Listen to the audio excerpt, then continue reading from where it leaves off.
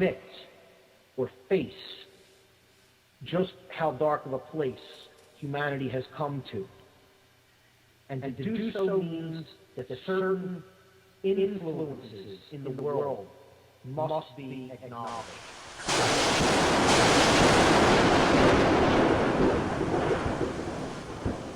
Hello, hello. This is Chris Jansen. This is the End Evil Podcast. We're streaming live tonight on the One Great Work Network, live on Twitch under Chris Jansen. This show is called How to Escape the Slave Grind, or The Slave Grind. This show is all about ending evil. The goal of End Evil is to end evil wherever possible, whenever possible. What is evil? Evil is the destruction of freedom. If you love freedom, if you search diligently for truth, then this is a good show for you. Together, we can employ our imagination and creativity to work towards a better world. So, as I was saying, the End Evil podcast is dedicated to working on ending evil whenever and wherever possible. Evil is the destruction of freedom. If you're someone who loves freedom, this is a good show for you. Together we can employ our imagination and we can work together with our creativity and work towards a world without evil. The first thing that needs to go is the religion of authority. And evil isn't what most people think it is. So we're going to work on breaking that down, and we're going to work on explaining things in a different way, because I know if you're someone like myself and you've come to recognize that there's a problem in the world, most of the people around us don't see it or don't want to see it, or it's minimalized. So what we're doing here is working on breaking that down, finding the right words to use, and being able to explain that to others, and getting our words recorded so other people can hear them and we can share these concepts. I was going to advertise this last week, but last week we also had some technical hiccups. So I watched last weekend the Seed 4 conference, which was put on by the wonderful guys at cubbyhole.com, Nate Cap and Douglas Martin, and a special big thanks to Brandon Martin for organizing this event. If you missed the event, go to cubbyhole.com and you can find out the speakers and look up each of those speakers. I also found on YouTube, the replays are up, and just look up Occulted Knowledge. You can see in the little corner there, I have a little screenshot of what Occulted Knowledge looks like. Or check out cubbyhole.com. They're doing great work there. It was an incredible conference with many awesome speakers, including Will Keller, who is my producer today. So that's something for you to enjoy and take on, add to your repertoire of knowledge and words we can use to help kind of get these ideas of freedom out there in the public. And I think the more of us that are talking about it and using different words, the better we can do that job. So learn more about Occulted Knowledge at cubbyhole.com. I also want to make a big thank you to Mr. Mark Passio of whatonearthishappening.com. It's been my inspiration for my show and the work that I do here. So this is whatonearthishappening.com and the One Great Work Network, where we're streaming live tonight. So I'm very thankful for this opportunity to be on the network, and where hopefully some other folks can check out my work and spread it with their friends. You never know whose words are going to work. It's so hard to get through to folks in these days that we just got to keep trying every way we can think of to explain what's going on in the world and what we need to do about it. So just wanted to send a big thanks to What on Earth is Happening, and Mark Passio's huge project and undertaking to get this to the point where I could be on here streaming live right now.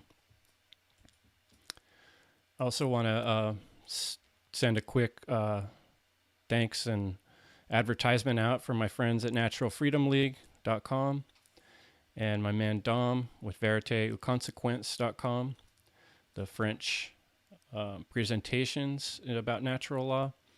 And Dom's always wearing his End Evil shirt, so I got to give him a little advertisement too.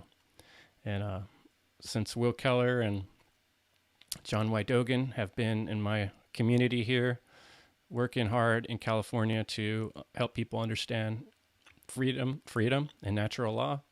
So you can check out their work at naturalfreedomleague.com. So there's lots of inspiration out there, lots of work to be looking at. We're not alone anymore. And hopefully we can get this ball rolling and end evil in this world.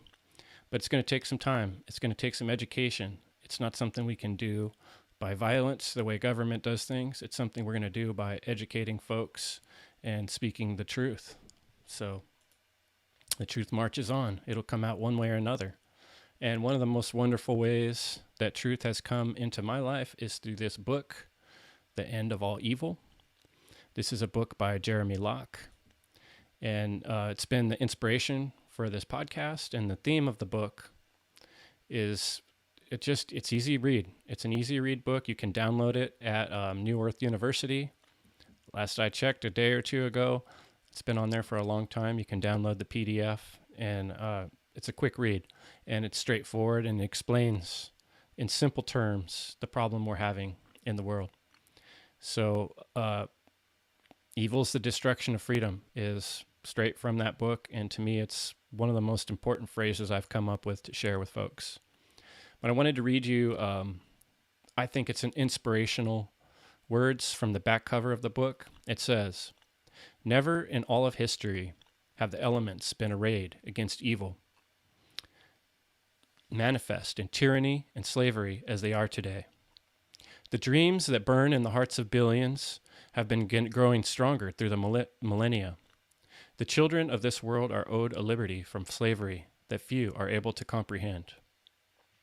This is the most exciting era in all of human history. It is the dawn of the freedom of mankind." Some hopeful words. I think it's going to happen eventually. It's just a matter of time. And the trouble is we could go through a lot of misery in the meantime. So that's why we need to work on learning how to escape this slave grind that we're trapped in.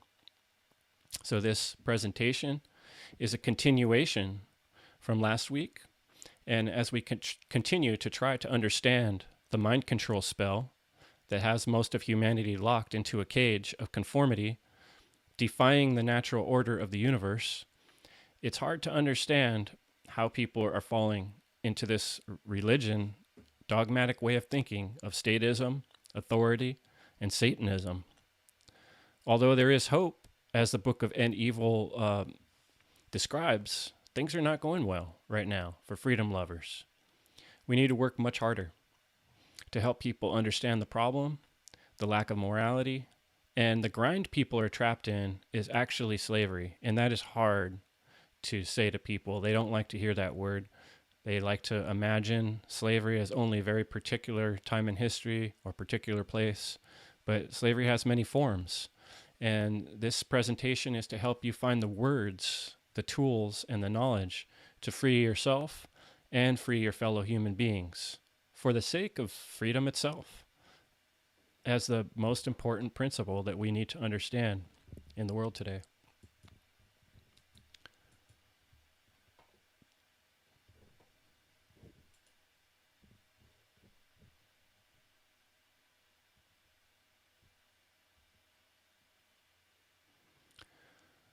I took the imagery from a movie called Conan the Barbarian.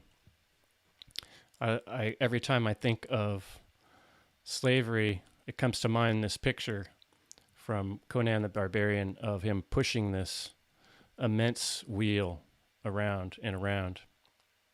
And I looked it up, and it's called the Wheel of Pain. The Wheel of Pain is an image that I've decided to use for this presentation because it also reminds me of the grind, which is the trap that most people are stuck in. And the easiest way to define the type of slavery that most people are experiencing on this side of the world is debt slavery. And debt slavery is a tricky, sinister type of slavery, but it does control your actions and your thoughts and your mind if you allow it to. And if all of us begin to separate from that way of doing things, it won't work anymore. So, what we're going to do here is just work on explaining how it works and looking at it and looking at how we use words. And that will help us redefine our reality, because thoughts actually become reality as we put thoughts into action.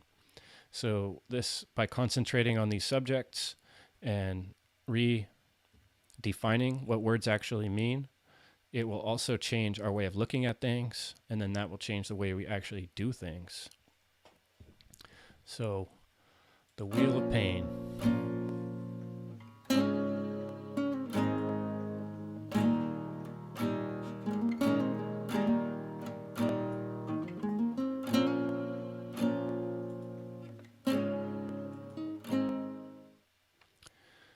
I recently brought up the idea to some friends who'd never heard this term before of natural law.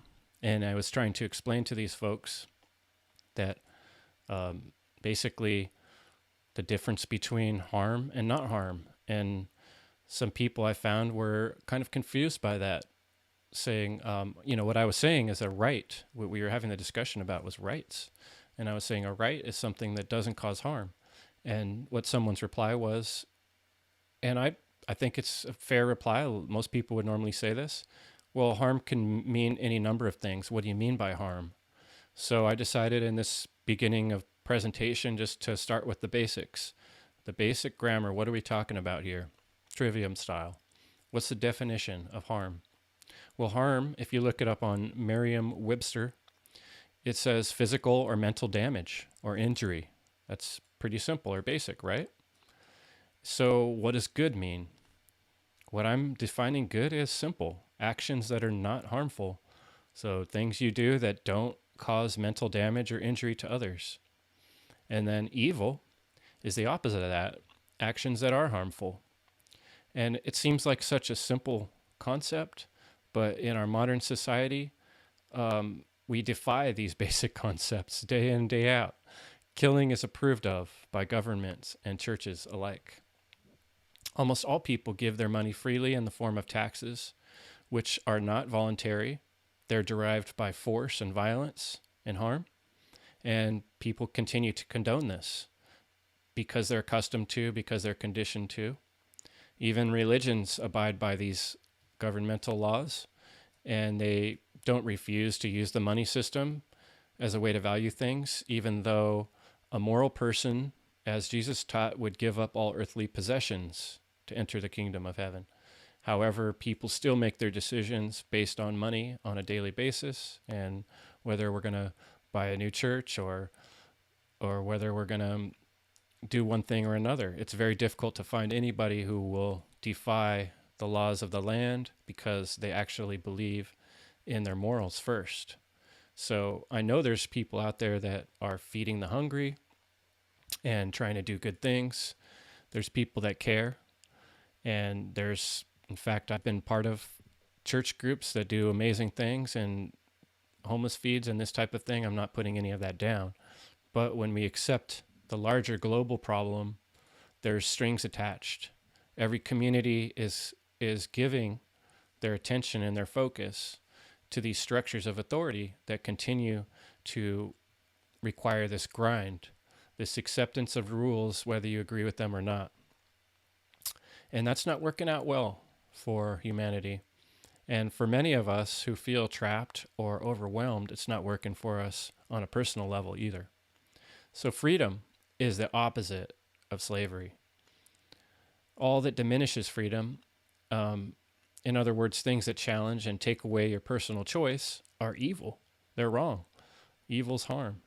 So when you give your money to an institution that is doing terrible things around the world and stepping on people's rights, then you're contributing to evil. And we don't want to keep doing that. So what we need to do is help people understand this basic, simple concept of what good is and what evil is and what harm is. So we'll go in a little more detail in coming slides here. What is harm?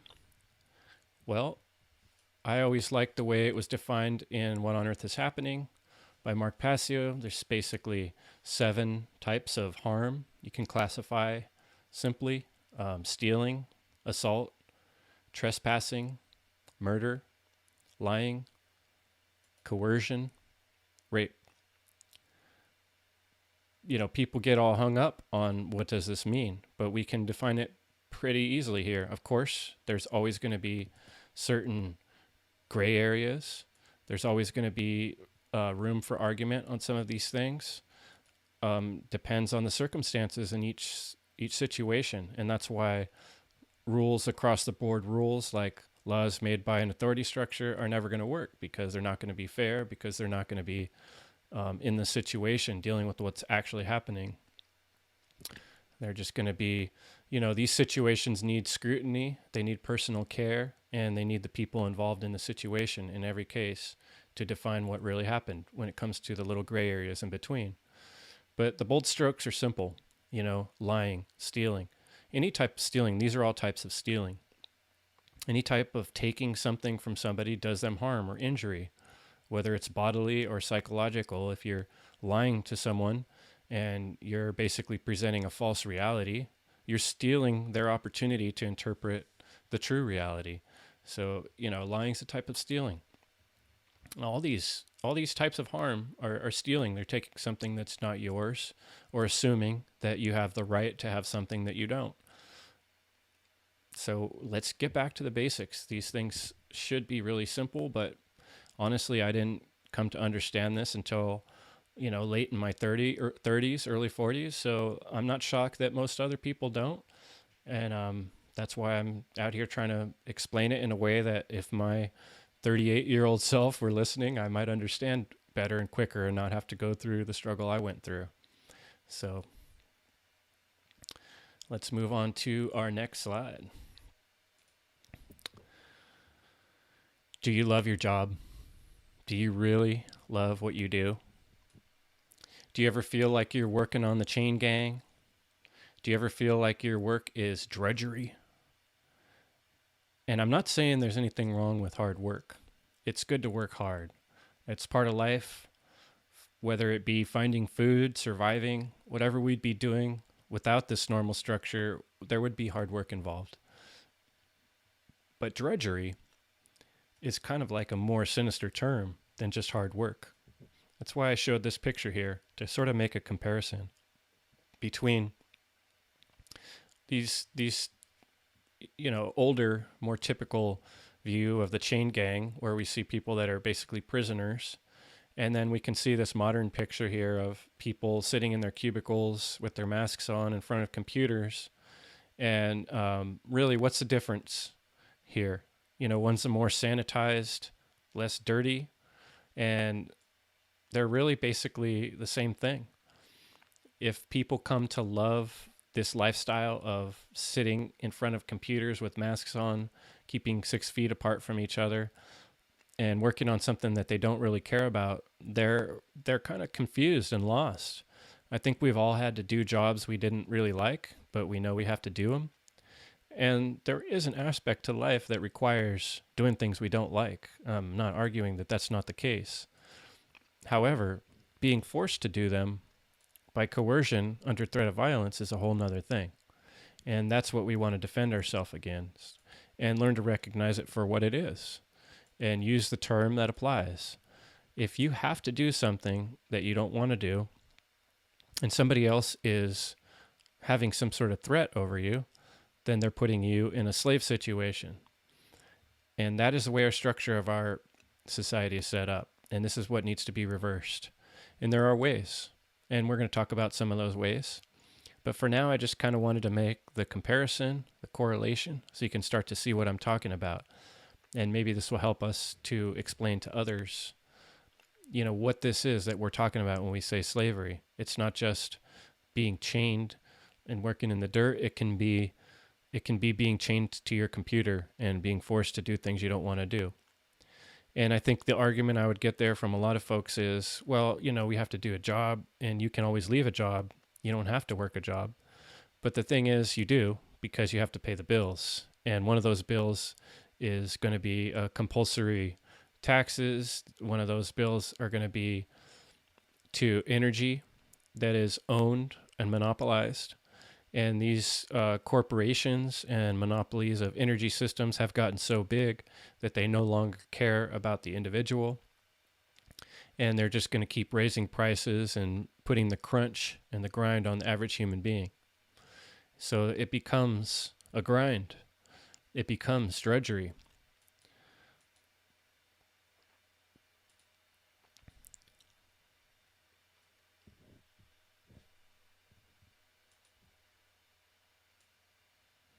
The wheel of pain going round and round, day after day. People getting up, not really feeling like going, but doing it anyway because they have to. People feeling overwhelmed, not having enough money, feeling like they're stuck in a time trap. The 9 to 5 time trap has most people completely stuck. And not to say there aren't those folks who have managed to escape a day-to-day work. And those are the lucky few that financially have gotten ahead or have managed to find some ways to leverage their skills in certain ways to where they're doing a little better than the rest people. But usually it's at the cost of somebody else being poor or broke. In fact, it always is, because the way that our money system works is nobody can get ahead if somebody else isn't falling behind. Bankruptcy is built into the monetary system as it exists, the fiat money system that we're using, because it's centrally controlled by a group of people that really don't care about you or me. So what we find ourselves is in a trap. And if you don't feel this, if you've never felt this, then you're living a very special life. Most of us have been looking at the clock, trying to see, is it time to leave yet? How much longer do I have to be here? And feeling stuck and frustrated by this trap. And it's, I was going to talk a little bit about the Gregorian calendar. If you can see the little picture in the corner, this is an invention. The way that time is measured even is a trap. And it's been in play for quite some time. If you want to do a little research into the Gregorian calendar, you can see that, it's a structure itself. It's not the only way to look at time. We could look at time much differently. We've just become accustomed and conditioned to this system. And an interesting thing that also occurs to me in thinking about this subject is our time-saving devices. You can imagine at the time, 50, 60, 70 years ago, when a lot of devices were being created, when electricity, alternating current, people were getting the first dryers and washing machines and these type of things. I'm sure that people in that time imagined that in the future we would only have to work a few hours a day because now we have all these machines to take care of things for us. But what has happened? Really, nothing's changed. People are working just as much as more, and now we have to spend more time maintaining all this technology. Sure, yeah, people have gotten lazier and spending more time sitting still. It's just a different type of work. But still, we're enslaved to pay these bills, to pay these taxes, to just survive. And this is a way we can recognize how slavery has changed in the modern age, and debt slavery. Staring at that clock, waiting for time to change.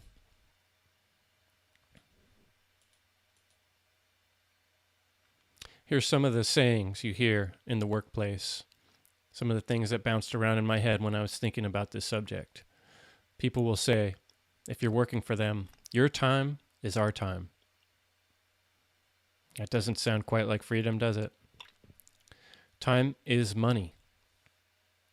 Well, time is also your energy. So money and energy are also equivalent, which is an interesting concept to think about there.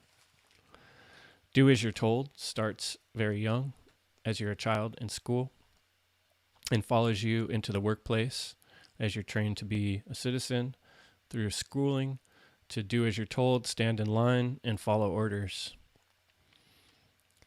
So these types of ways of thinking are ingrained into our minds at a very young age. And pull your weight isn't necessarily in itself a bad statement, but when you put it in context with the slave grind and the wheel of pain that I'm describing, there's a coercion, there's an extra pressure here that if you don't pull your weight, you're going to get smashed by society. And we see people all on the sides of the roads, homeless people all over California as I drive up and down the roads, people in terrible shape. And you ask yourself, you know, if the government's going to take care of everybody, why are there so many people that are not being cared for? Well, maybe they don't want to be part of the system because the system itself is damaged, and it comes from a place of taking, stealing from others, stealing your time. And you're continually working for the same amount of money while everything costs more and more through inflation. Inflation is one of the ways we can see how slavery works. It's like slowly pulling back the curtain, slowly turning up the heat and boiling us frogs.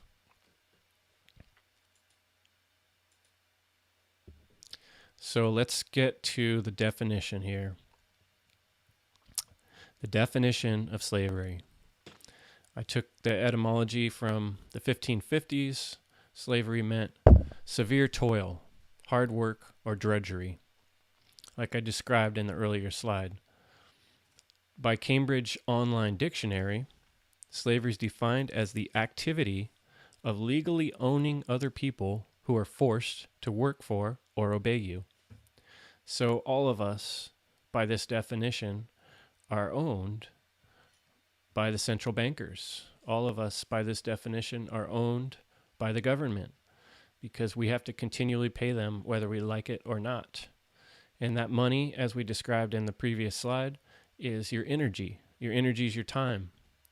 And if someone demands your energy or your time, and you don't get a choice as to whether you want to give that to them or not, then they're stealing it from you. They're taking it from you. They're making you their slave. That's how it works. So even by traditional definition from the Cambridge Online Dictionary, it's pretty evident that being forced to work or obey is a type of slavery. And I don't see how you could not see that that is going on around us.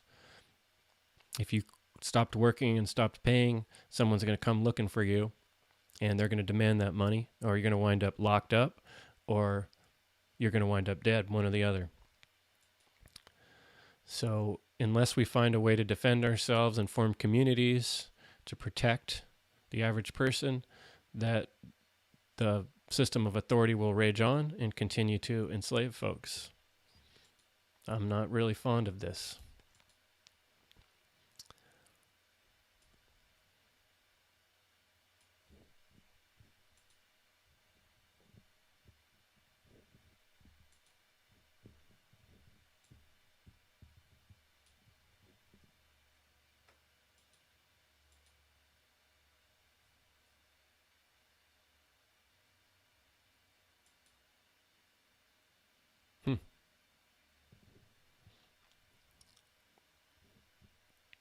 So what is evil work? Evil work is harmful behavior. If you see the pictures I chose for this slide, what you'll see is a picture of some police. Looks like they're stepping on some people that were having some sort of protest. They're heavily armed, got their visors on. And then you see next to that a picture of the courtroom.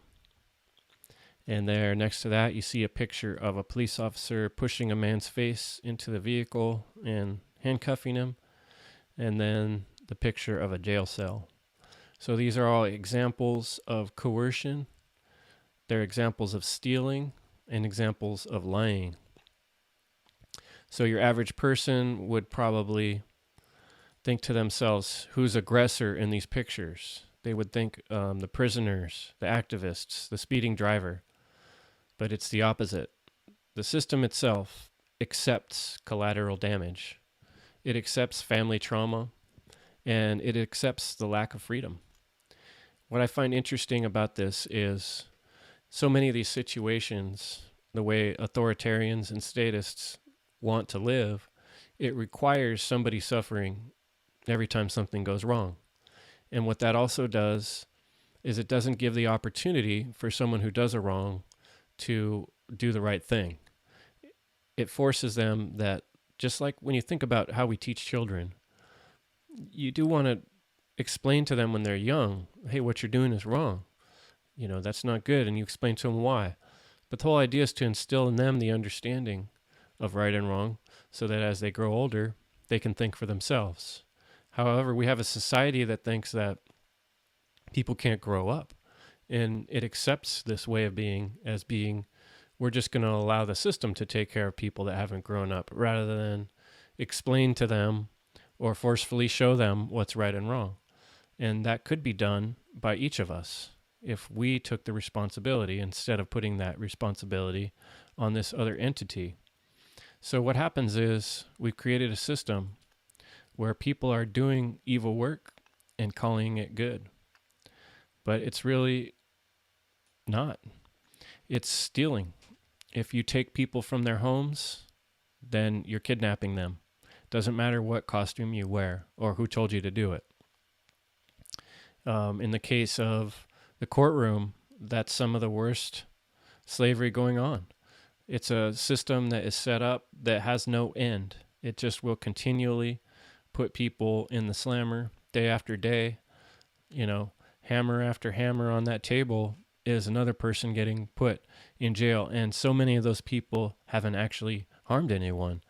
They've just done something that is wrong by the letter of the law, which can be changed. It's arbitrary. We can see situations where laws have been on the books. Alcohol was illegal for many years. People went to jail. People died in jail.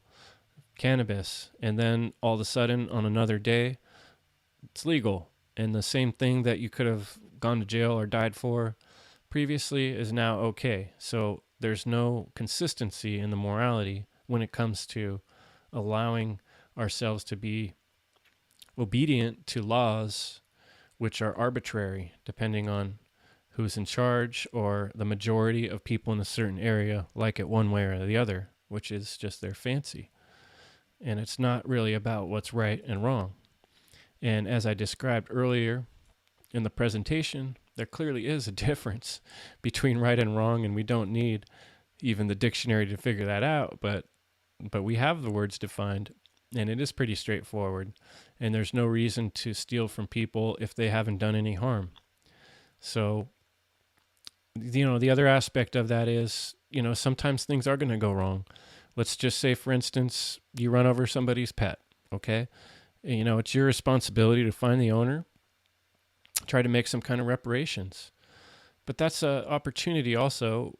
Sometimes that's how friends are made. Sometimes you make a mistake, you apologize, you offer to pay for it or do some work, and that person then accepts or doesn't accept. There could be some conflict, but that's part of the natural flow of things. And we can't expect an outside entity to come and solve all these problems, because what instead we get is a total system of chaos where we're all owned. So the legal system often gets in the way of not allowing things to take their natural course. It robs of people of their ability to just figure it out on their own. It's like a crutch. And I'm not saying that we shouldn't have structured meetings, or councils, mediations, mediators. But the difference is that everyone would have the right to defend themselves in a society that did not rely on coercion. We instead would rely on the principle of self-defense. This current system of force leads to loss of life due to enforcement of fear. And this is done through evil work, harmful behavior. The system itself is a mockery of nature's pre-existing law, which is the inherent law, which is characterized in the Gadsden flag with the rattlesnake, which symbolizes the self-defense principle.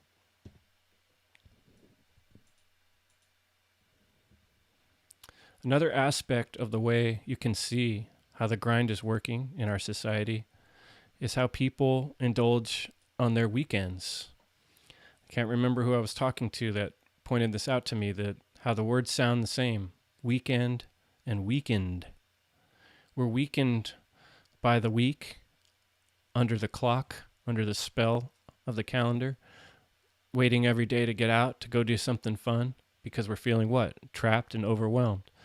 So when people want to get out, they tend to overdo it. They tend to indulge in things that really don't make them feel good in the long run. You're looking forward to a big weekend, you go out, do a bunch of drinking, maybe jump off a cliff, maybe go to a concert, and you come back at the end of the weekend more tired than when the weekend began. So oftentimes, sports, games, although it's good for health if you're involved out doing sports, more than often what we see is sports games that are people watching the TV, watching other people play, and sitting there drinking alcohol and eating junk food.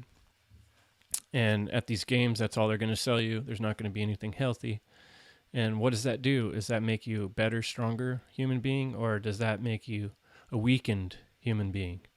So this is part of the other side of the grind, where we see how it expresses itself. Partying, drugs, extreme weekend warriors, media, sports. These are ways to escape for a few moments or a couple of days, but often become destructive to our bodies and to our soul. Also, it's indulgence of selfish behavior. And I'm not saying you shouldn't have fun. I'm all for trying to have some fun here and there, and we especially have to, in that many of us have to come back to this drudgery, and we have to look for ways to recharge ourselves. But I would recommend for those of us who are trying to transcend this cycle is to think of what things you do on your weekend that don't weaken you, that you can do that make you stronger and prepare you for the future. And some of those things might be preparing to start your own type of business or product or service to get out of the grind, or work together with others and form a community that are more resilient. The sick cycle, the cycle of enforcement and drudgery that leads to this extreme behavior, like the weekend warriors, that's for those who can afford it, people that have the money. But you think about people that have a lot of money. There's this ideal in our society that being rich is so great. But think about how many rock stars die of overdose. Have you ever considered why they're so tortured? Why are people who are doing a job that's supposed to be something they love wind up so often dead or overdosed on drugs? What type of job is worth dying for is a good question. How many people are out there doing something that they care about so much that they would die for it? People working for big tech companies that have jumped out of high-rise buildings, or people hating their life. Some folks are living the dream, but it's all about under the rule, the thumb of whoever's in charge at the time. And even the people that are living the dream, that are wealthy, although they may have certain freedoms that others don't, are still indebted to their rulers. We can think of past wars like World War II, where rich bankers and singers and doctors became naked and huddled in trains almost overnight. That happened because people trusted the authority, allowed the authority at the time to overwhelm them and to become so powerful that it could choose certain members of the population who didn't deserve to live anymore. And that happened pretty quickly. And we can see that happen again if we're not careful in our own society. And in some places around the world, we already do see that type of thing happening. This comes from a trusting authority and not allowing it to become the behemoth that it is. It should have been nipped in the bud, but it didn't happen. So what we have to do is understand the situation, be able to explain it to others, and work together to change that. We have the opportunity to begin a new era. This information is no longer secret. This information is out there. You and I right now have the ability to be part of the change, to educate others.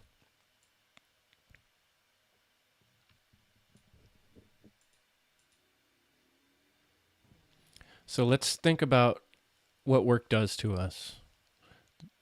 The 9 to 5 job. What I'm talking about, the drudgery. You see a picture here of a man in front of his computer dangling his mouse. And I thought of some words that came to my mind when I thought about my times working in the office space, for instance. Complacency, passivity, and boredom. What do these things lead to if you do them every day for so many hours per day? They lead to irritability, moody, unproductive people. We've all experienced this.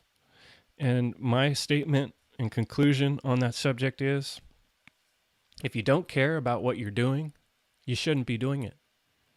And it's not as easy as snapping your fingers and changing that overnight. It takes time. It takes working together.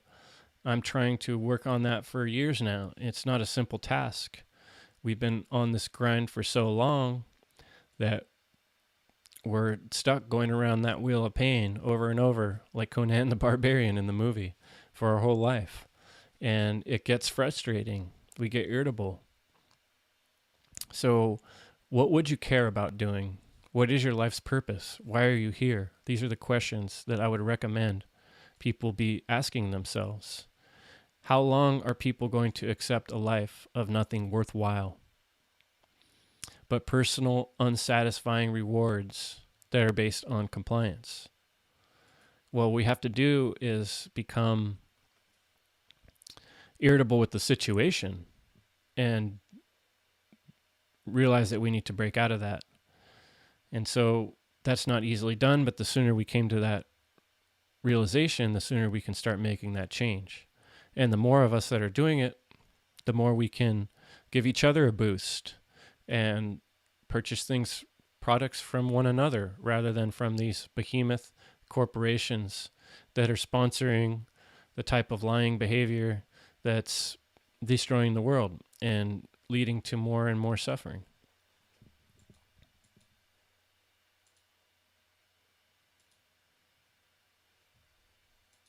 So here's Conan. He's getting bigger now. Nice shot of the leg muscles there. Pushing the wheel of pain around and around and around. And how many of us feel like this in our daily lives, feeling stuck and frustrated with the situation we're in? So here's the questions.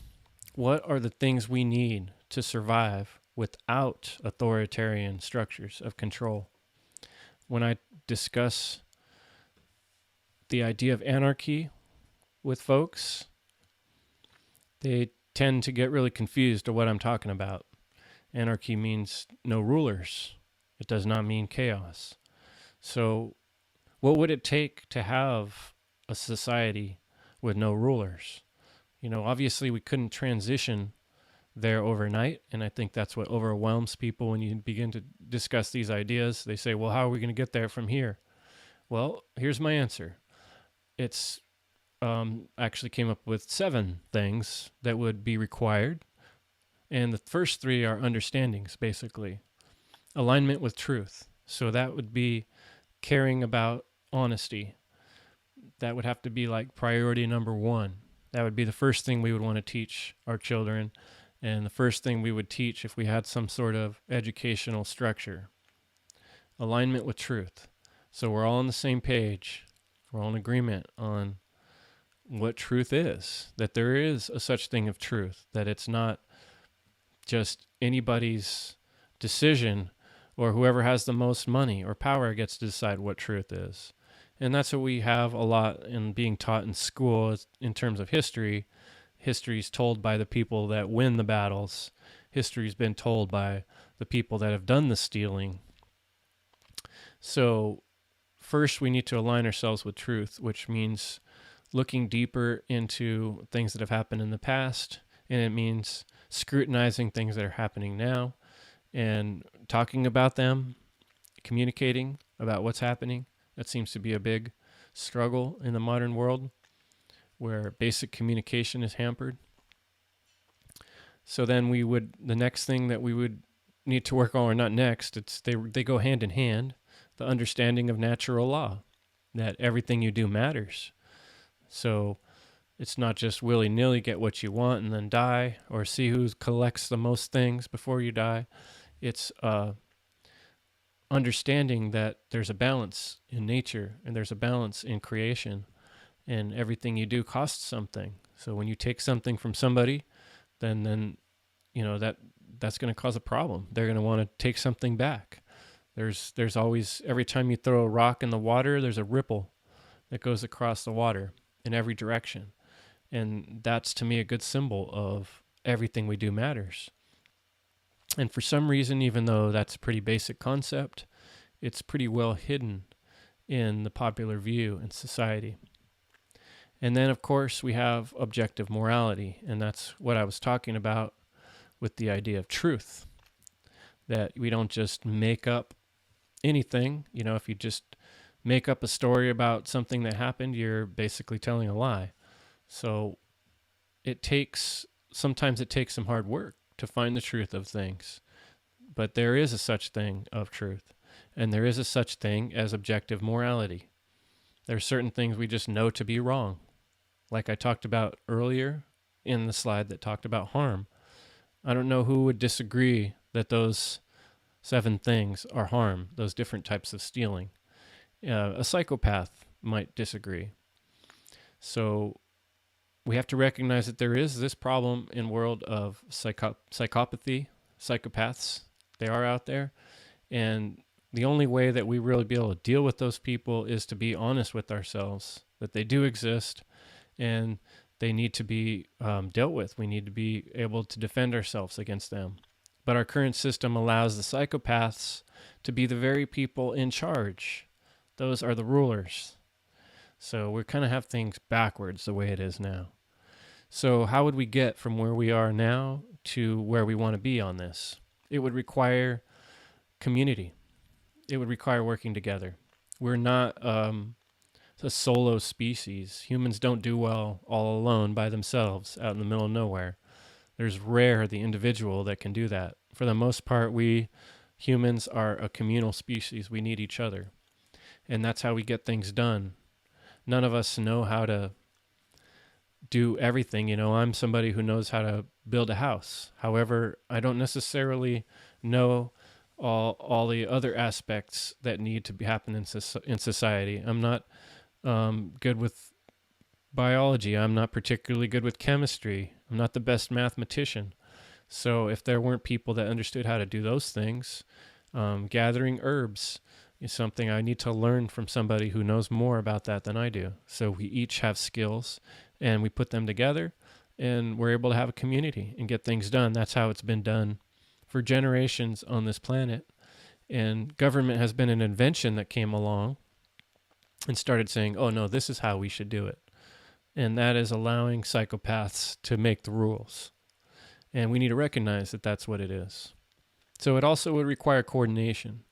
When you describe breaking down some of the current structures, getting away from these structures, that's why, the word anarchy gets so confused, because people imagine chaos, like we can't get along, we can't do things together. But we can. I've seen coordination happen, and it just requires good communication, which is another word that I could have added to this list. Good communication. It requires cooperation. That means dealing with people with different issues and taking responsibility for problems like I described. You have an accident, you make a mistake, it happens, you communicate with the other people involved, and we work on what's the solution. How can we make this right, or how can we move on and get around it? These are things that we do in day-to-day life, and the only problem is that all too often, folks want to pawn off this responsibility on some other entity that we call the authority. And we need to do away with that type of thinking because it's not doing us any good long term. And the last, and I would say the most important word I put on this slide is care. You have to care in that to make things better for everyone. And not just about yourself and your own personal needs and desires, but about what's best for all concerned. We have all these tools. This can be done. This is not impossible. If I can dream about it and think about it. Other people can dream about it and think about it. And we put our heads together and we can make these things happen. It's not impossible, and it can be done without coercion. But it's not going to happen all at once. It's got to happen little by little, like I said. So let's start by understanding what it is that needs to be happen and communicate that to others. That's kind of what I'm here to do. So moving right along, like I was just talking about, the word anarchy means no rulers. And that also means having a core purpose. I showed this pictures here because it shows a picture of, oops, actually jumped forward a slide there and I didn't mean to do that yet. Let's go back. Okay, there we go. You see the picture here with the geese flying. The geese fly in a certain formation, this is a really interesting concept here when we think about how nature organizes itself and has this ability to coordinate, like I was talking about, and communicate, and able to achieve amazing things. So I found a cool, a good article on the web called 7geese.com, 7 lessons we can learn from geese to succeed at work. And I'm going to read to you a little bit of that. As each goose flaps its wings, it creates uplift, an aerodynamics orientation that reduces air friction for the birds that follow. By flying in a V formation, the whole flock achieves a 70% greater flying range than if each bird flew alone. Okay, by flying in this V shape, they also increase visibility. Flying in a V formation increases the visibility as every goose can see what's happening in front of them. When a goose falls out of formation, it suddenly feels the friction of flying alone. It then quickly adjusts its mistake and moves back into formation to take advantage of the lifting power of the bird immediately in front of it. Empowering others to lead. When the lead goose in the front gets tired, it rotates back into the formation and allows another goose to take the leadership position. This is an important concept. I want to talk about this just a little bit because this is the idea of leadership. And so often in our society, there's only certain people that we accept as leaders or experts. But as we can see with the geese, they take turns. And there's, in our life, the way I would compare that is, like I was describing before, we each have certain skills and knowledge. And we rely on other people who have more skills or knowledge than we do, depending on the subject matter. If I wanted to cook a gourmet feast, I would go talk to somebody I knew who's really good at cooking gourmet feasts before I took it on. So leadership can be something that we switch around and trade as needed. It's something we could coordinate. Okay? So our modern concept we have in our head of this structure that always has to be one leader and this person's in charge creates a situation where psychopathic people are running the world, where we have all these intelligent, smart people with all these skills all around us. And you look at nature, how can nature do it? It doesn't have any kings or queens or leaders. Anyway, I'm going to move on to the number 5 from the website, the 7 Geese website. Always recognizing great work. The geese honk to recognize each other and encourage those up front to keep up their speed. Like I was talking about, communication. Offering support in challenging times. When a goose gets sick or wounded, 2 geese drop out of formation and follow it down to help it and protect it. They stay with it until it dies or is able to fly again. Then they launch out with another formation or catch up with the flock. Caring for each other, that's like what I was talking about, care. This is happening naturally all around us in nature. How do they do it? Here's the next point, number 7. Staying committed to core values and purpose. The geese migration routes never vary. They use the same route year after year. Even when the flock members change, the young learn the route from their parents. In the spring, they will go back to the spot where they were born. And to me, this makes me think of indigenous tribes where knowledge has been passed down for generations. where healers know where to find certain plants, and they use those certain plants to heal others or to create food or ceremonies that keep people healthy because it recognizes the seasons. And these things are done generationally by communication and teaching from mother to daughter, father to son, and one generation to the next. The lesson here is to stay true to our core values and purpose. Strategies, tactics, and products may change in order for an organization to remain agile, but great companies always stick to their core purpose. So this website was bringing all this up for the point of corporation training to make a stronger business, but these concepts all apply to everything we do. Again, if you want to look at this, it's 7geese.com. 7 lessons we can learn from geese to succeed at work. So we can learn from these geese and another thing I think about is ants. Ants are pretty amazing. You know, you don't really see them communicating, but somehow a few little ants show up in your kitchen, and then there's hundreds coming in a line. They have a system. They all work together. And they don't have any slave masters, standing on the side whipping them. They just know what to do, and they all have a job, and they all do it. It's inherent in their nature to want to do what's best for their community. So humans have gone away from what nature's teaching us. And often it's occurred to me that that's part of the reason that nature is around us, is to be our teacher. It seems so obvious to me that it is the book, the living book, the living word that the creation has provided for us to understand a better way to live. So let's be a little bit more like the geese and align in our core purpose and values, and work on our teamwork and our communication and our cooperation. And by doing those things, we can free ourselves from these psychopathic rulers that are running the world. And let's not be overwhelmed, because this isn't going to happen overnight. Like I said, this isn't a simple process. Naysayers will say that it's impossible to change things. But I would say a journey of 1,000 miles begins with a single step. That's a quote from Lao Tzu, and a good way to think about this situation. This is a long haul problem. This isn't a problem that we're going to solve in a couple days or a couple years. It might take generations. It might take a really long time. It's a process. But are you taking those first steps? What steps are you taking? That's the question you want to be asking yourself. It starts from each of us taking one step at a time and working together.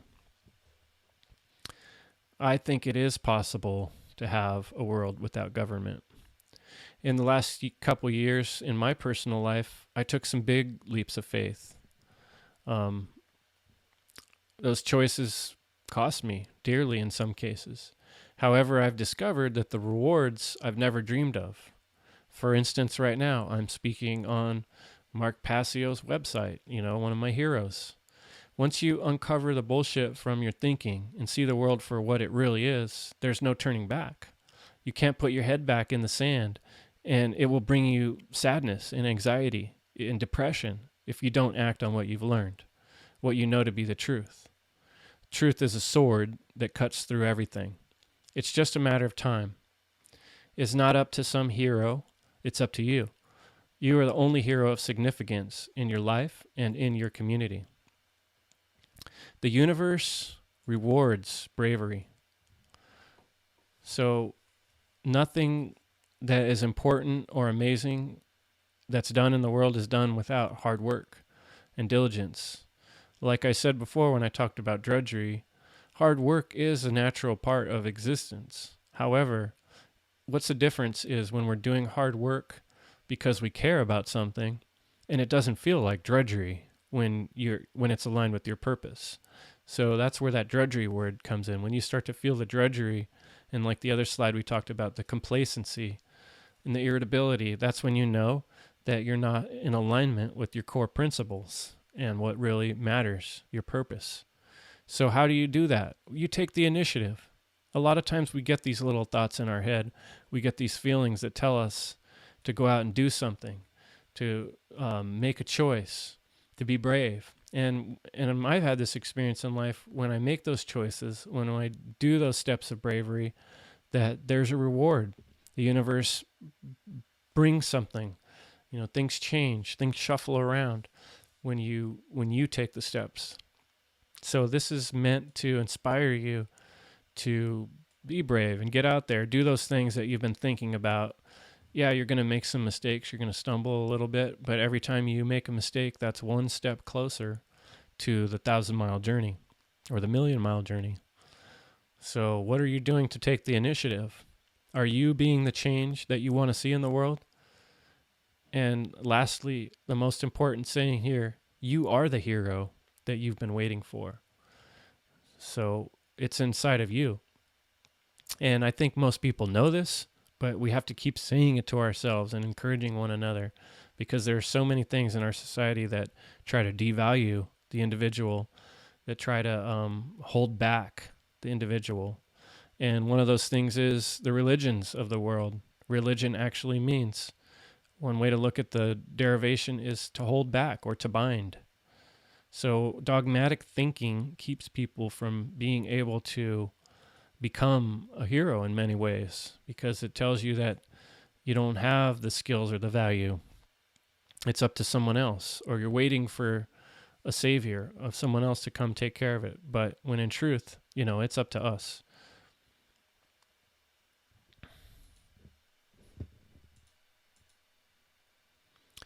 So the biggest lesson here of all is the key to changing things, the key to ending evil in our world. Here's a quote from Jeremy Locke from the book, The End of All Evil. You are the key to teach the people of Earth the value that they have within themselves. You need only to speak and tell them that every good thing is theirs to have. You need only tell them that the glory of liberty is real and that it belongs to them. Just the suggestion, the seed, planting the seed, it seems so simple, but I lived almost 40 years of my life and no one ever explained to me what freedom really meant. I just accepted it as being something that everybody already had, because I was told, and when I was a kid in school, that you're living in the land of the free. However, as you get older, you begin to realize how many ways you're locked in, how many ways you're cut off. And depending on your nationality, your race, your sex, your gender, your age, all these different determinators, society will put you into different places. Look in India, where they still have a caste system, where if you're born in a certain family, then you're never expected to rise above a certain level. Here in America, we have this pretense that you can be anything you want. However, any of us that have spent time in poor neighborhoods and big cities realize that the largest percentage of people wind up in very certain situations because they're held down by the court system, by tickets, by all this pressure of money and the rising costs of things around us today, the housing costs and housing shortages in the areas where I live, I've gotten totally out of control, which is increasing the homeless population, which is increasing the need for people to steal because they don't have everything they need. So this is all results of an authoritarian evil structure that constantly, instead of giving people a freedom of choice, it takes that freedom away and says, nope, this is how we're going to do it. And people have this idea in their head that because there's a voting system, that makes freedom. But when you actually look deeply into how a voting system works, it really, your little vote doesn't count for much of anything. And it really depends on the majority. So that means that 51% of the population can make a new rule, and the other 49% are always going to be frustrated. So I don't know how people got convinced that that's the only way to do things, but I've seen many cases on a smaller scale where we don't do things that way. We do things much more like the geese, where we fly in formation. And some of the ways you can see that done are teams of people, like in medical situations where people join together and they all know their job they're supposed to do. It's not always the same person who's the leader. Sometimes it's the first person that shows up, and that person becomes the leader of the situation until they hand it off to somebody else who has more experience. It's the same way on a construction job site, where the person with the most experience and knowledge often becomes the person to be the leader and to take control of the situation. So we don't always need to delegate authority to people in suits that give fake speeches that they didn't even write. You know, that just creates a situation where people have too much power in very few people, where, you know, power can be shared among many, many people. And if you think about the technology that we have these days, we could use that technology to leverage everybody's ability to actually say what they wanted. We could compute everybody's wishes and how much energy and time they're willing to donate to get those wishes, and we could compute and find out, you know, how to spread that out, how to make it actually happen. We've seen it done on smaller cases. We worked together with other people on teams and gotten projects done. If you ever have, you can see it's really not impossible at all. It's just those words I was talking about: coordination, community, care, and seemed like there's one more good CO word: coordination. I already said that, but nevertheless, you get the point. It can be done. But like I said, like Jeremy Locke said, you are the key. Look in the magic glass to find the solution. It's magic, right? It starts from you and I. You know, a couple years ago, I was just imagining making these presentations that I've already made now. But I put my foot on the pedal and I pushed myself. I had to do it after work, after a long day, spending hours in front of the computer, which I don't even like doing, to put things together, to explain myself. And I still am only reaching very few people with my words. But those few people that are listening, you know, they wouldn't have me to listen to if I hadn't taken those actions. So this mirror is for you to look in and ask yourself, what are you doing? Are you working on yourself? Are you making changes? Are you taking that next Lao Tzu step on the journey to find the solutions? And I would say one of the biggest things is, you know, if you're feeling alone and frustrated with this knowledge that you've gained, is get out there and make some friends. There's all kinds of social media platforms. There's all kinds of groups, people that care about these things. There's networks like the Freedom Cell Network, where you can look up other people in your area. You can put an advertisement out, explain what you're working on, and so people can find you. If you're not out there shouting it out somehow, how's anybody going to find you? How are you going to connect with these other people? It takes that bravery, it takes that initiative, and it takes time, which is your energy. So it's really a reinvestment of yourself. And as those of us that care, begin to reinvest and put our energy and our time into caring about others and caring about the universal spirit of life, humanity itself, freedom itself, the principles, then we're going to see improvement in the world and we're going to see evil diminish. It's just a slow grind. That's why I call it the grind. So, let's put the ball back in our court and start grinding towards the solutions of the world that we want to see. So I thought this was right towards the end of my slave grind presentation, was a good opportunity to do a little advertisement for autonomy.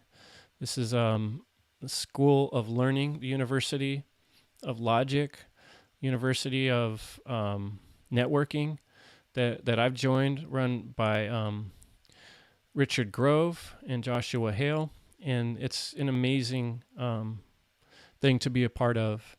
There's people in there that are doing real work, trying to teach others the skills and the knowledge necessary to become free from the chains that bind you, which in many cases for us are the things I've described in this presentation: the slave job, the grind. As you begin to learn freelancing skills and network other people that are trying to sell their own product or service or get their message out to the world, then you get better at it. You practice. Autonomy gives you some of these tools. Many of these tools are available, and lectures every weekend for 12 weeks, and classes going on all through the week. Constant chats with other people that are involved. So I would highly recommend to check out getautonomy.info/ignite, or just type in autonomy and you'll find it's on YouTube, and you can find links all over the place. So that's one way to go. There are others. This is just one possibility that I'm sharing with you of a way to network and leverage your ability to make this change in the world.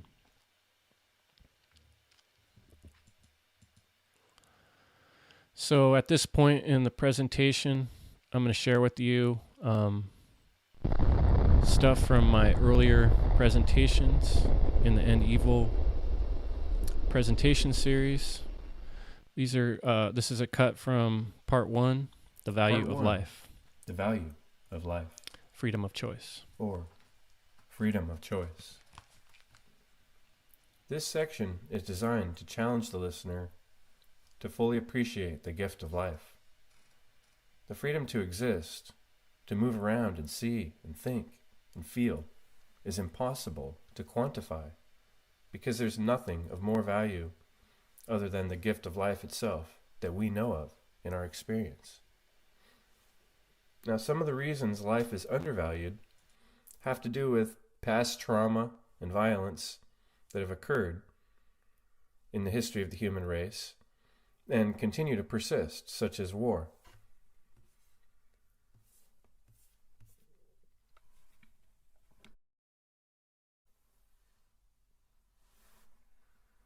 Viktor Frankl, a man who survived the Nazi concentration camps, is quoted, "Everything can be taken from a man, but one thing, the last of the human freedoms, to choose one's attitude in any given set of circumstances, to choose one's own way."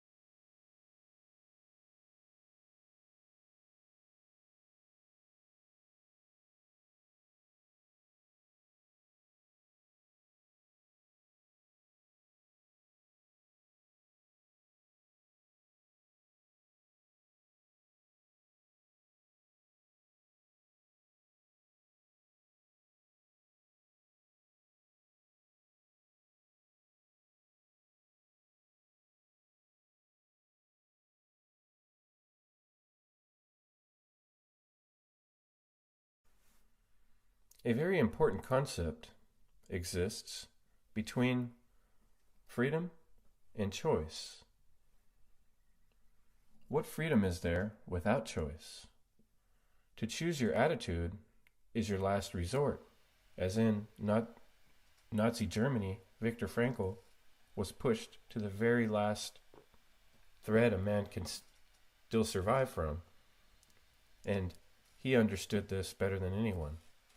Your attitude is your direction or focus.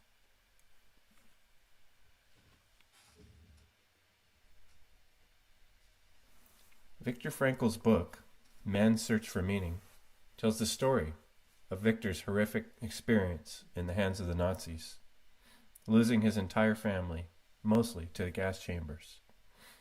This incredible man survived and managed to bring wisdom to the world and gain strength from the experience. He is a shining example of just how valuable one human being can be. Not only did he survive, he used his experience as a tool to help others and to create a better world.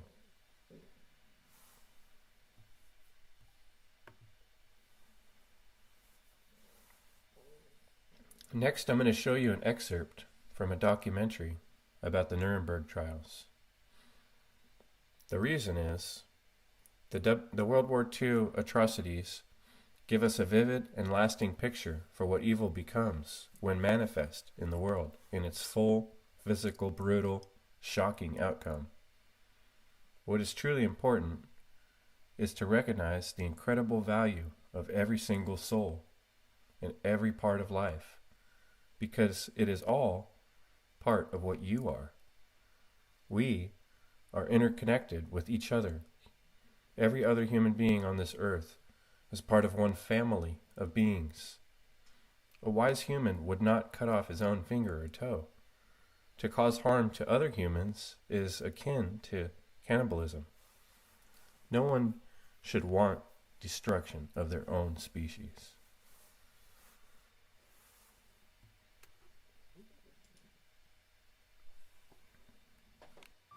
The prosecution introduced a film called Nazi Concentration Camps, a compilation of death camp horrors which was assembled by America's noted film director George Stevens. Many of these scenes were being shown to the world for the first time and produced unimaginable revulsion. Weeping broke out in the courtroom. Women fainted. And time after time, the words of the leaders and followers who had caused it all arose from written records to condemn them. Himmler had summed up the ethic. I did not feel justified in exterminating the men while allowing their children to grow up to avenge themselves. General Jodl said, if we had disobeyed, we would have been arrested, and rightly so. Hearst quoted his boss Adolf Eichmann as saying, he would leap laughing into the grave because the feeling that he had 5 million people on his conscience would be a source of extraordinary satisfaction. From the book, The End of All Evil. Simple. Truth is always simple. All people recognize truth because all people are intelligent beings. It is the nature of evil to create artificially complex ideas. It does this to hide or obfuscate the freedom it destroys. If you remove the complexities and fears from your life, you will find a plain and beautiful truth. This truth is the nature of your worth. As a human being, you are very special. You are unlike the minerals, the plants, or the animals of the earth. Nothing commands the abilities of intelligence like you. Nothing else has such complete and total ambition to satisfy dreams. Nothing else has the desire or the thirst for knowledge that you possess. You are a human being. I think it's plain to see why I pulled those two statements out of the book. They very much affirm the importance and the value of human life. They emphasize the uniqueness and the special abilities of being human. There's a recognition that there's a force working to hide truth, obfuscate truth, thereby destroying freedom. But you are intelligent. Now, let's take a minute and look at the definition of intelligence.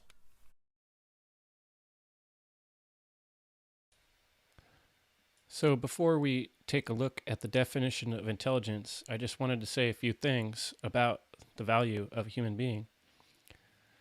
You know, I had a conversation today with my daughter, and she was saying that aren't humans animals? We are animals, right? And I think in the modern culture, many people just think that we are animals. There's really not much difference between humans and animals. In many ways, I can see why people feel like this, because that's the way a lot of people act. And because many people feel caged, that seems like the reality. But this quote by Jeremy Locke brings up an important concept, that no other living thing on Earth or mineral has some of the powers that we have as humans. You know, the powers to satisfy dreams, the powers to dream and achieve things, the neocortex, this other part of the brain, this other abilities that we have, this the ability, the freedom to choose wrong, even. You know, like we see the birds are following their instinct, like I was talking about with the geese, where they kind of have to do what their instinct tells them to do. Whereas as humans, we have this whole extra array of options. And that's a very special thing. That's part of the freedom that we've been given by being born into this body. And its value is immense and should not be taken lightly. I'll continue now with my presentation. The value of life.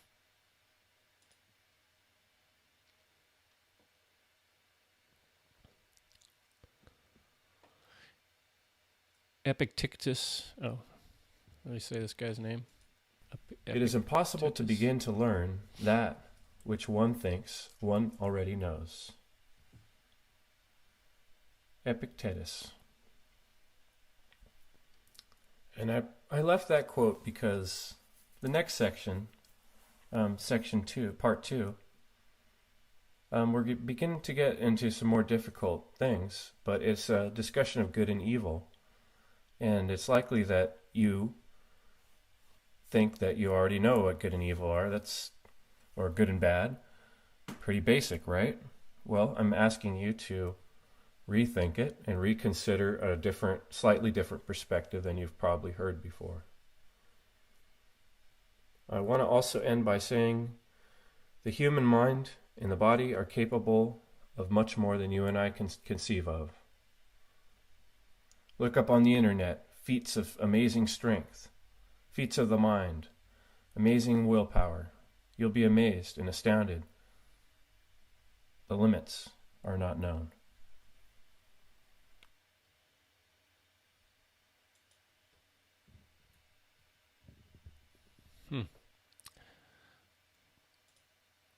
I made a little mistake in my slide delivery there. I'm going to try to find my spot for you in just a second here. Where were we? Here's where we were at. We were going to start talking about intelligence. Now, let's take a minute and look at the definition of intelligence.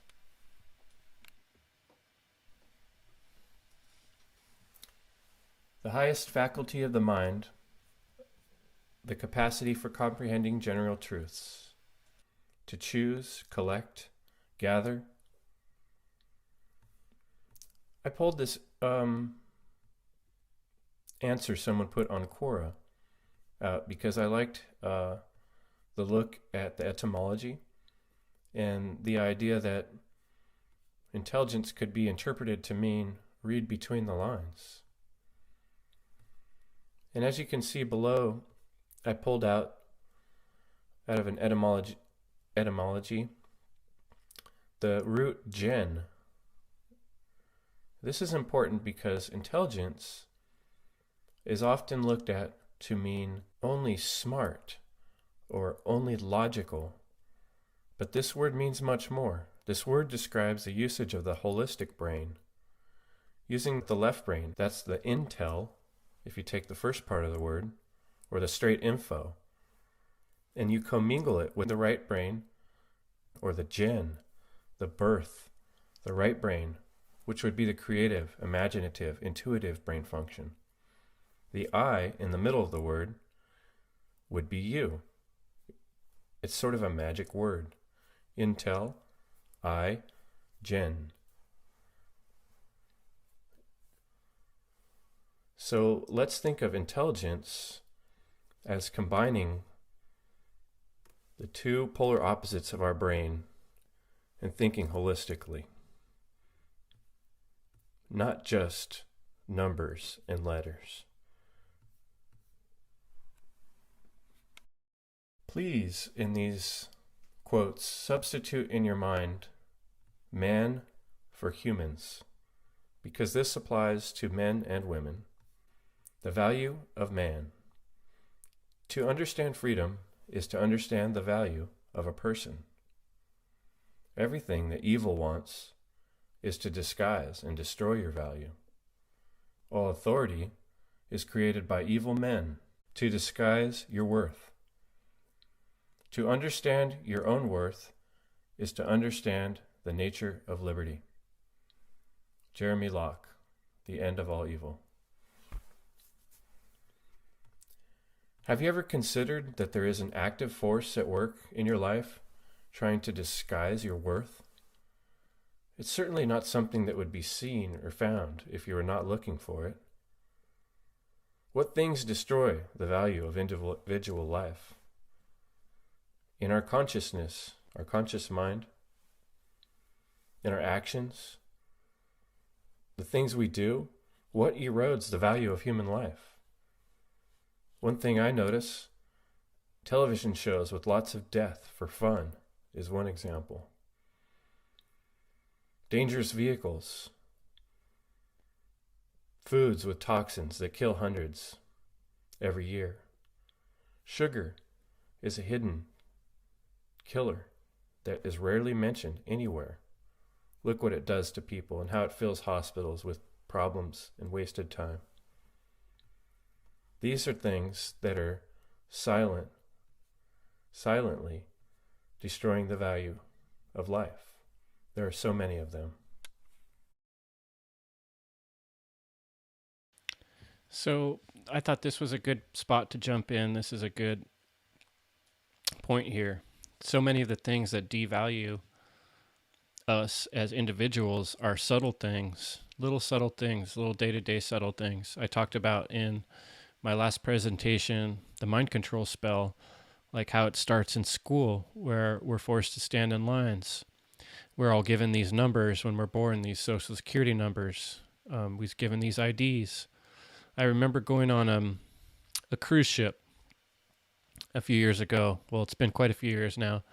And when you're on a cruise ship, they give you this card, and this card is like your passport for the boat. You know, you're not allowed to get on or off without this card. So it's like this card becomes more important than your own humanity. If you show up without it, you know, you might not even get on the boat. You might get left behind. So like this is our life where our value is less than words on paper in so many cases. When I was showing evil work and I was showing a picture of the courtroom, I noticed so often when I was working as a maintenance man in the court system, how all these pieces of paper have become vastly more important than the lives that they are about. The words on the paper can sentence someone to years of imprisonment, to a life of torture and drudgery. And those words have become more powerful than the words of the human who might defend themselves. And in many cases, some of the accusation or words may not even be true. They may not even have to do with objective morality.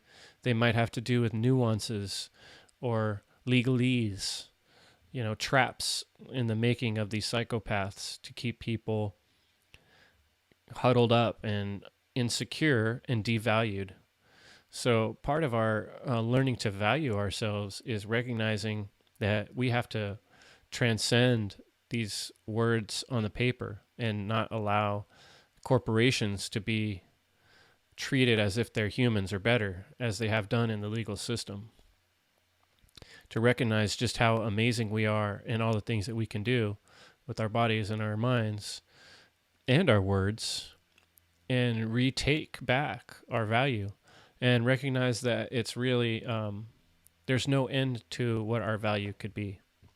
So I'm going to go back to the presentation. This is the End Evil presentation from the End Evil presentation series, number 1.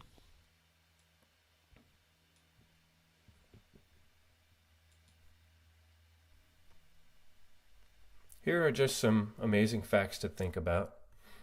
I just pulled these off of random searches on the internet. They would need to be verified, but they just point to how amazing your body is. Your body is your kingdom. Think of all the technicians and architects working on rebuilding your complex organ fabrics and all the chemicals moving around inside of these tunnels in your veins. Who are these intelligent chemists and laborers being sent like electrical senses on the internet of your body's pathways and neural networks, all under your command? 40,000 bacteria in the human mouth. Each person has around 2,000 taste buds. The human eye can distinguish 10 million different colors. The human brain has the capacity to generate 23 watts of power.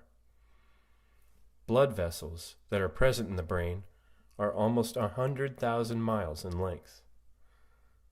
There are 100 billion neurons present in the brain.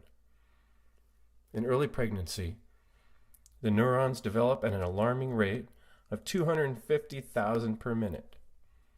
All this to say, one human life is of immeasurable value. It's interesting also to think how much you actually command of your body and how many functions that the body operate autonomously without your conscious approval. A lot of functions run all the time, your organs, for instance, healing themselves. It's like this amazing spaceship that's fully operational, and all you have to do is sit at the helm, holding on the steering wheel. It's your castle. It's your kingdom. You are the ruler.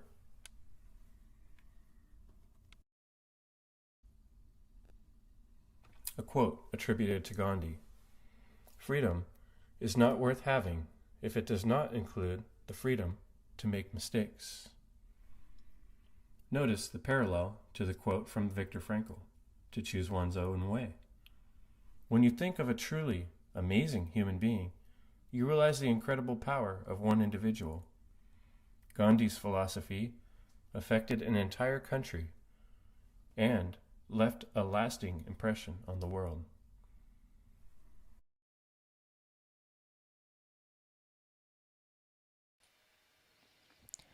Gandhi's quote, "Freedom is not worth having if it does not include the freedom to make mistakes," is something that's really been sticking out with me, because our concept of mistakes in the modern world is another thing that is holding us back and keeping us trapped in the slave grind. And part of the reason is because we look at mistakes as being bad, whereas in life, mistakes are more often lessons or opportunities for growth. I thought before about a situation you might have with a neighbor, for instance, where let's say you made a mistake where you threw a ball over the fence, or your child threw a ball over the fence and it broke something in the neighbor's yard or broke a window. And then now you feel like, well, it's your responsibility to go deal with this situation. So you walk over and knock on the door and you talk to this neighbor and, look, sorry, my kid threw this ball and I heard something break, so I want to take responsibility. Let me pay for the replacement. Let me make sure and get it fixed up for you. And that person really respects you for being honest and coming over, and recognizes that you're a neighbor, and maybe someday they'll make a mistake, so they accept your offer and shake your hand and you become friends. You know, maybe the following week, one of you runs into each other and says, "Hey, how you doing?" You know, and it's an opportunity when something goes wrong or something seemingly bad happens. So often is an opportunity for us to learn. Often we, day by day, that's how we get good at anything, is by experimenting, by trying one thing until it doesn't work anymore. And then we realize, oh, that's not the right way to go about things. So this is taught in school, this whole idea of mistakes. And a lot of the way it's done is through the testing process. And this type of structure forces people into a pretty limited way of looking at mistakes and that what being right and wrong means. Where when we're talking about right and wrong, well, we should be thinking of those words primarily as in terms of morality, of doing something that harms or doesn't harm. But as far as not understanding how to do an equation properly and coming up with the wrong answer, you're in the process of learning what doesn't work. And that's not a harmful action. That's just a blunder or an opportunity to learn. So I think part of our revitalization of good and working towards the end of evil is also recognizing that mistakes are not something to be looked at as bad. Mistakes are part of what our freedom of learning is and our opportunity to become better people. So wise words by Gandhi. I'll continue from the presentation.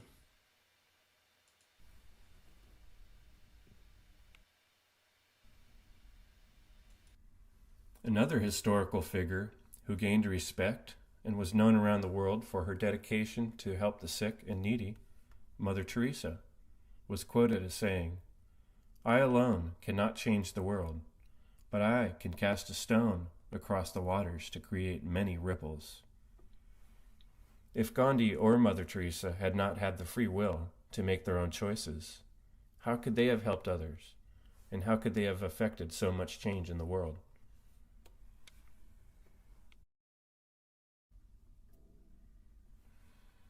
The reason it's hard to recognize the true value of human being is that we are confused in the modern age about freedom and free will. These are the determining factors for understanding our true value as beings on this planet. World War II and atomic bombs are the type of things that make human life seem worthless and disposable. This is the work of true evil. Value in the modern sense is not the value I'm speaking of, which is why I differentiate here, calling it true value, which includes free will, choice, and freedom. True evil is what destroys free will, choice, and freedom. Not just doing bad stuff or what society deems wrong. That's just following the trend or the fad.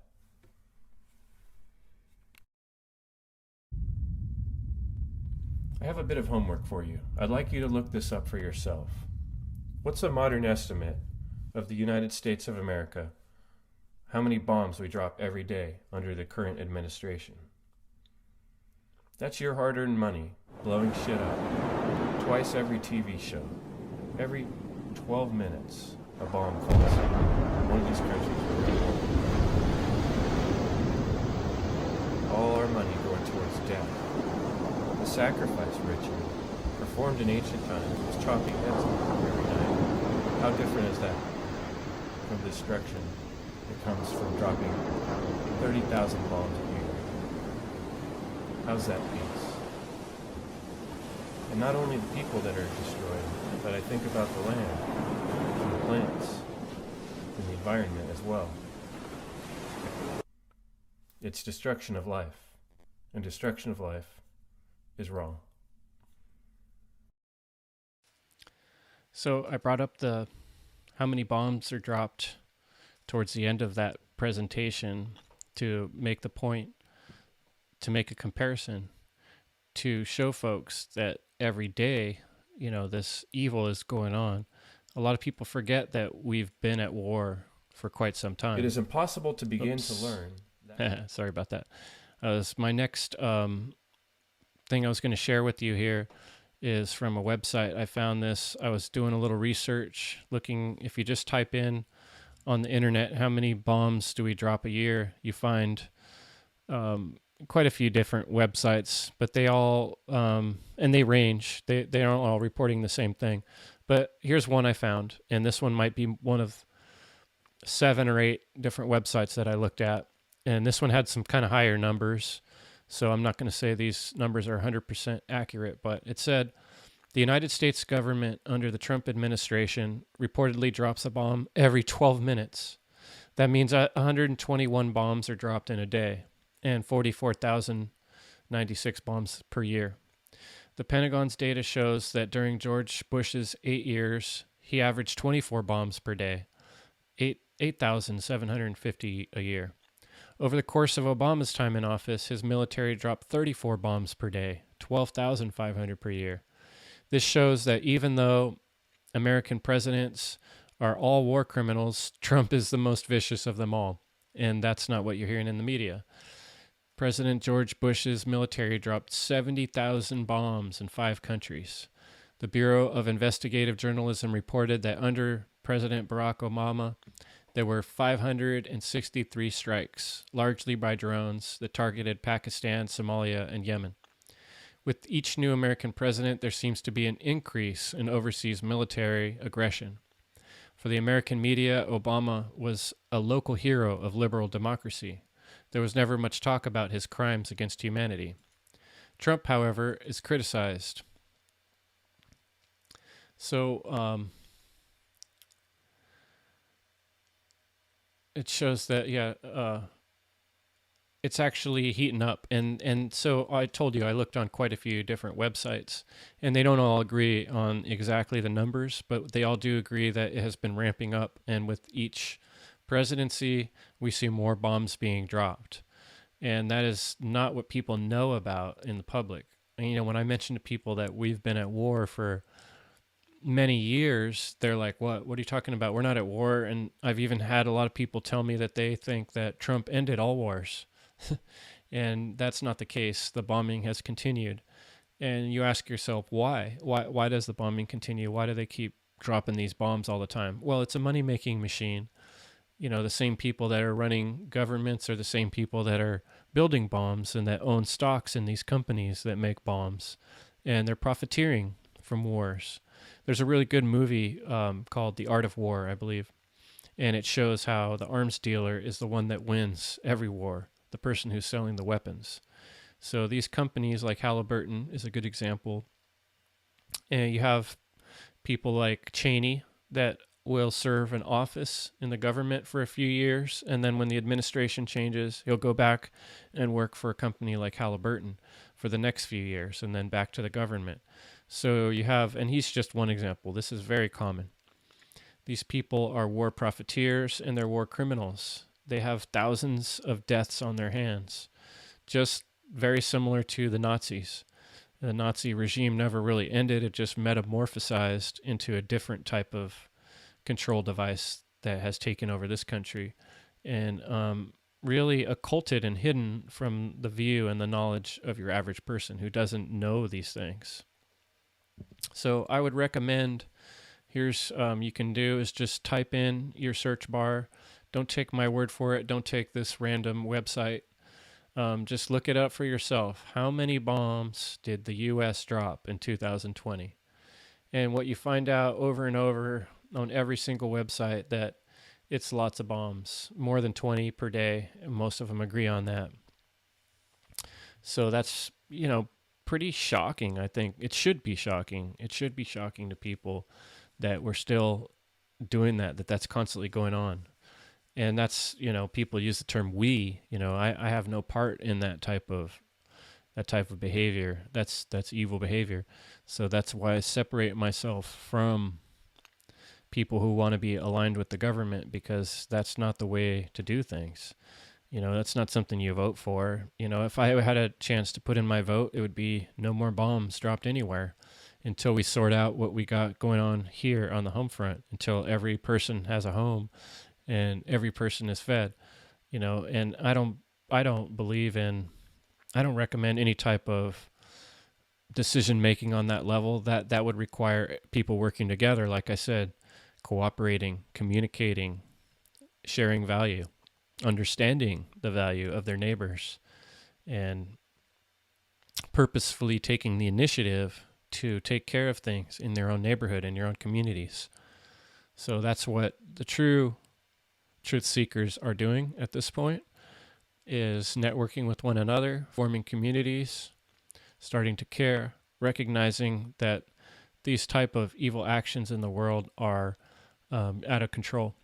And another thing I found in this research when I typed in what you're seeing there, how many bombs did the U.S. drop in 2020, is that what also happened during the Trump administration is they stopped reporting how many bombs were being dropped. And since Trump's administration, now with the new administration, they no longer report how many bombs are dropped at all. So they're just keeping the whole thing secret. There's not even a public channel of information, as there used to be apparently, that reports on that. And which is probably why we're having harder times finding exact numbers than we used to be able to find, because it used to be public knowledge that was given out freely. Now it is not. So as in so many other things we can see in the modern way things are going, the truth is becoming censored and hidden by these powers that be, by these large corporations and entities and shadow governments and deep state projects that are working to end sovereignty. That is one of the principal aims and goals of entities like the Council on Foreign Relations, is to destroy sovereignty. And they want to have a one world government. They want to have control across the board, which has largely already happened. And if you've been paying attention in the last couple of years, you can see that control has been fairly well consolidated. We're getting the same messages put out basically around the world in every country during this plandemic, which was pretty obviously planned when you look at something like Event 201, where the movers and shakers like Gates and Fauci, who own the patents to the coronavirus, were already preparing for the effects and the propaganda that was going to take place before any of it began. They did like a training. And if you watch that training in Event 201, you see them rehearsing for the play that was about to take over the world. Now, is there such thing as sickness? Yes. Am I concerned about sickness? Yes. It's important to maintain our health, and it's important to care about other people's health.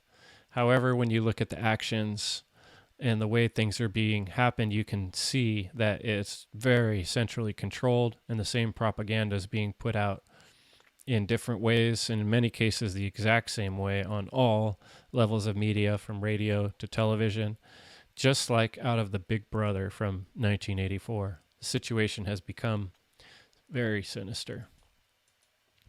So I've kind of reached the end of my presentation for tonight, and luckily we haven't reached the very end of evil, but we're going to keep working on it.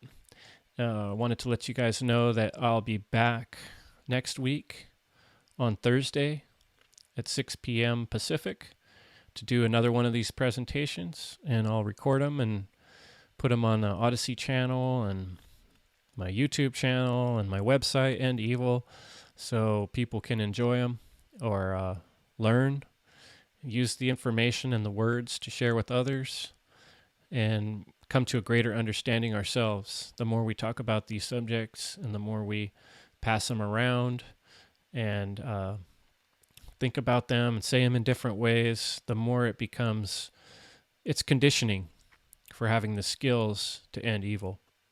And that's really about understanding what freedom means, understanding our value as human beings in this world, understanding our sovereignty, which is our ability to control our own body, and not giving away our power of responsibility, our power of self-defense, and fighting for the right to use these powers, to use this energy that we have for the power of good. So this show I put together with my own energy and time, and I've been doing it for quite some time now. On my free time, sometimes I take time off of work to get these things done. I don't ask anything in return, but you share it with others. And if you want to contribute, I do have a donate button. This is the first time I've even mentioned that on one of my shows. But even better, I would recommend buying an End Evil shirt. You can go to endevil.life, and there's t-shirts for sale if you look in the little hamburger menu, the 3 lines. I think it's the last one on the list.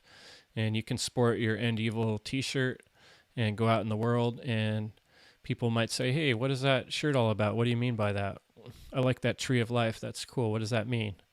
And you can tell them about interconnectedness, and you can tell them about natural law, and you can tell them about how many bombs are getting dropped every day that your taxes are paying for, and explain to people the importance of separating from the state. Explain to people the importance of core values and principles. And these are things that we can all do. We can all take the initiative. We can all be heroes in this world. This is a time of opportunity.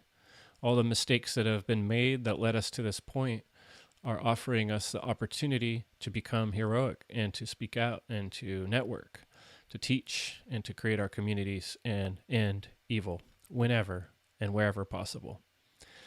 Well, thanks for coming, guys. Thanks for checking out my show. I think I'm going to wrap it up down to the last 5 minutes here. I think I'm just going to call it good. I'm not going to go on just for the sake of going on. So if you're still hanging out, thanks for being here. Thanks for coming.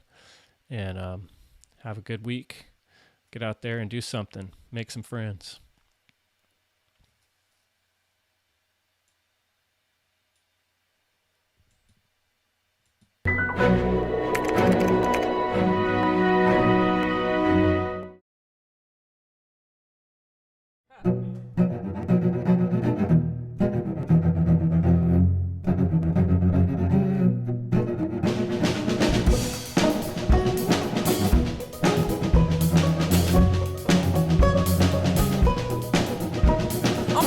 Election dominating the news. We got a dozen different candidates all with the same views. Every single one wants more free trade. Not a single one will just call a spade a spade. Once they get elected, all the promises fade. Cause what they're really after is a chance to get paid. Your government is a business, no doubt about it. Let me climb through the rooftops, scream and shout. I'm sick of fake debates. All the questions screamed. All it does is reinforce that same machine. Same platitudes and promises we've heard for years. Same one without end. Preying on the fears. We've got everything in common, so let's build together. Instead of fighting in wars, we're getting killed together. They don't care about us. They ain't showing no love. So you got a vote, check none of the above. Which one? I said none of the Oh, above. this one. Nope, none of the above. That one. Check none of the above. You can think you're less than evil. I want none of the above. This one. Nope, none of the Oh, above. that one. I said none of the above. One of this one. I said none of the above. Yo, got a vote, check none of the above.